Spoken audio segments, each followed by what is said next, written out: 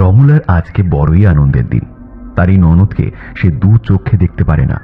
বহুদিন ধরে সে তাই তার স্বামীর কান ভাঙানোর চেষ্টা চালিয়ে যাচ্ছে। ভাই বোনের এই বন্ধন ভাঙতে তার বেশ সময় লেগেছে। আজ তার বড়ই শান্তি। উফ, যা বুদ্ধি করেছে না! এই আমার স্বামীটা বাড়িতে থাকলে সব কাজটা কেচে যেত। এক্ষুন নইলে ভাই বোনের আদিক্ষেতা শুরু হতো। বাজারে পাঠানোর বুদ্ধিটা একেবারে মাস্টার স্ট্রোক। সে নিজেই আনন্দে নিজের পিঠটা চাপড়ে নিল। বাড়িতে শুভ এসে বাজার রেখে স্নান করতে ঢুকলো। সে ভালো মাছ নিয়ে এসেছে। স্নান সেরে সে খেতে বসেছে। বুঝলে, মনকে আমি শাসন করে দিয়েছি। আশা করছি ও তোমাকে আর ওরকম ভাবে বলবে না। যাই হোক, বয়সটা তো কম, একটু মানিয়ে নিও। রমলা সামনে মাথা নাড়ল, কিন্তু মনে মনে বলল, দীক্ষেতা একেবারে একেবারে মাথায় তুলে রেখেছে। ওই মেয়েকে যদি না আমি শায়েস্তা করি তাহলে আমার নামও রমলা নয়। বুঝলে, তুমি ওকে আর বলো না। আমি তো ওকে মানাতেই গিয়েছিলাম, কিন্তু বলল আমাকে যে এরকম বলে আমি তার অন্ন খাই না। আমি কি আর বলবো? এইভাবে বলল? আমি একটু শাসন করেছি বলে এইভাবে বলল? রমলা এই সুযোগই তো খুঁজছিল। সে তার পুরোপুরি সদ্ব্যবহার করল। তাহলে আর বলছি কেন? তোমরা ওকে আর আশকারা দিও না। বড্ড বার বেড়েছে। আমাকে ছেড়ে দাও। তুমি তো ওকে খুবই ভালোবাসো, তোমাকেও আজকাল ছাড়ছে না।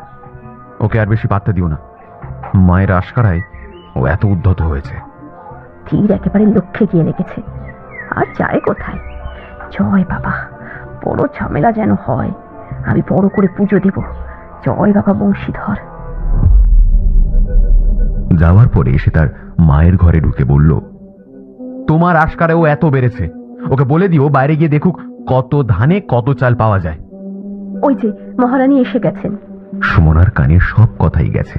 সে মাথা নিচু করে ভেতরে ঢুকে গেল। শুভ ও রমলা নিজের ঘরে ঢুকে গেল।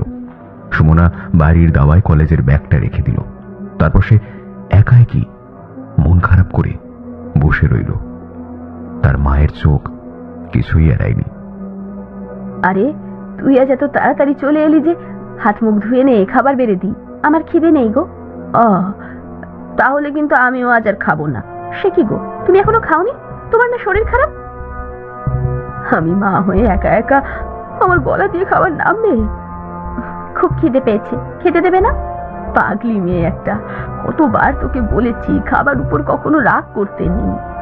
সেটা কিন্তু দুজনের ক্ষেত্রেই প্রযোজ্য, তাই না? তারপর তারা মা মেয়ে বসে গল্প করতে করতে খেতে লাগলো।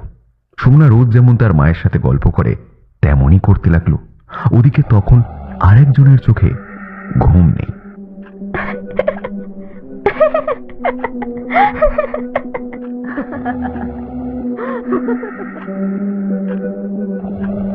ও ভগবান, তুমি একটু আমাকে শান্তি দাও না।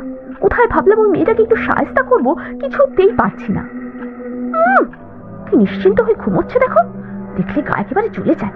যেমন বোন তেমনই ভাই। এমন সময় তার ফোনটা বেজে উঠল। কে সেজো পিসি? বলো বলো, কেমন আছো?